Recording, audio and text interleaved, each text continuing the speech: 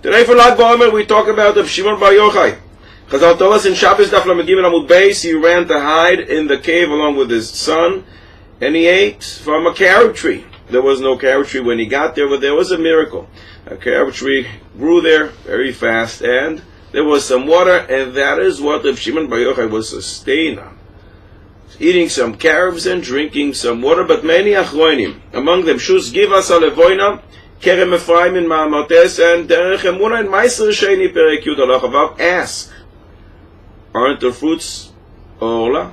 How can Rabbi Shimon eat from the fruits of the tree? In the first 3 years, the fruits are Orla, and one is not allowed to benefit from them. There are many answers.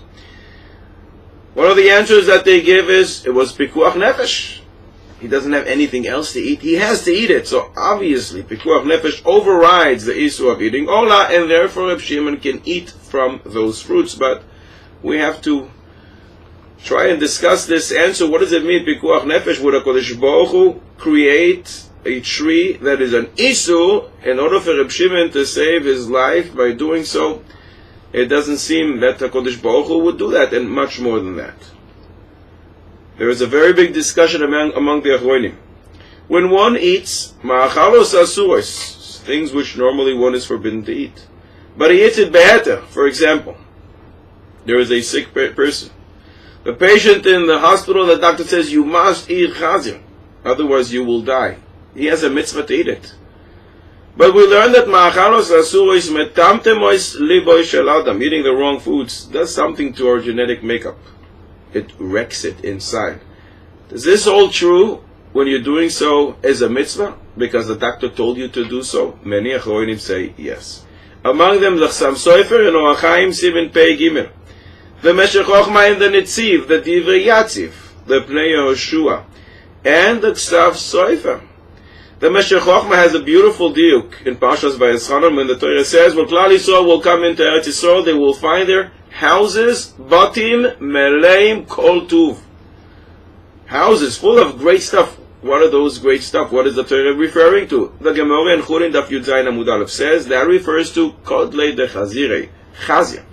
The first few years, the Klal Yisrael were in Eretz Yisrael, they were allowed to eat chazir. However, the following pasuk says, Hishamor lecha pen tishkach es Hashem Elokecha. Be careful, lest you forget HaKadosh Baruch Hu says the Meshech Chochma. What is this pasuk doing here?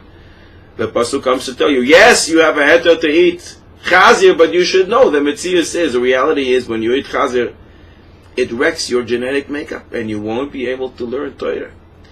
You will forget what you learned. That is what the Meshech Chochma says. The Maharal says no. The Maharal says it's the Aveira that does that, not if you're eating it with a heter. You have a heter from a Kodesh Baruch Hu. A sick person who has a heter because it's a Pikuach Nefesh Shaila. And the Tiferes Yisrael proves what the Maharal says from this very psukim. The Torah says you're allowed to eat chazir, so when the Torah gives you permission, the Torah is not going to give you permission to eat something which is going to wreck your internal makeup. It doesn't make sense. The Pnei Yehoshua and Bab Metzia Nun Ches Amud Beis says an amazing thing. A Gershon is Gayer, a goy who ate all the wrong foods when he was a goy. He did nothing wrong. There was no mitzvah for him or no avera. He did everything right. But he did eat the wrong foods. When he converts, it still affects him. Because that is a mitzius. It's not the avera, it's a mitzius. Just like when you put your finger in fire, it will burn. But if Shlomo Zalman Auerbach in Shulchan Shloime, Erechei Refuah, Volume 2, page 247, he says if a person eats, a ger, a goy, ate all the wrong foods, and now he converts, he's a new entity. Gershon is Gayer Kekatan Shenoilad, he is a new entity, and he can reach the heights of becoming a Tana. And we did have Tanaim who were converts. Unkelus, Ben Bagbag, Ben He. If Shlomo Zalman writes that if a patient must eat chazir, for example, because the doctor told him to, it's not an avera, it's a mitzvah. And shoyme mitzvah lo yeda davara, when you do a mitzvah, you will not be harmed.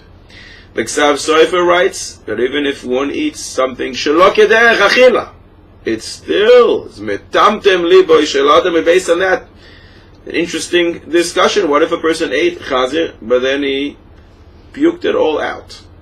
If it's the Aveira, well, he transgressed an Aveira, and therefore he will suffer the consequences. But if it's the Mitzius, well, the wrong food is not in his system anymore, and therefore there shouldn't be any impact.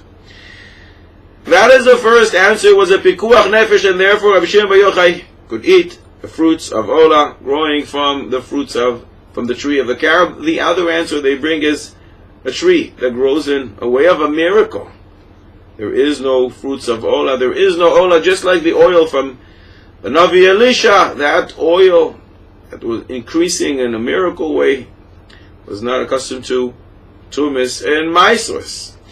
The Shla HaKodesh, Pischei Tshuva, also brings in Yoredea, Simen, Samech Beis, Seiv Beis, they both say, a behema that was created in a way of miracle, Sefer Yetzirah, does not need shechting. And that is why Reb Shimon can eat the fruits from the carob tree, because it came in a way of a miracle. It's not subjected to Ola. Reb Chaim Kanievsky in Derech Emuna, he writes that tree was hefker.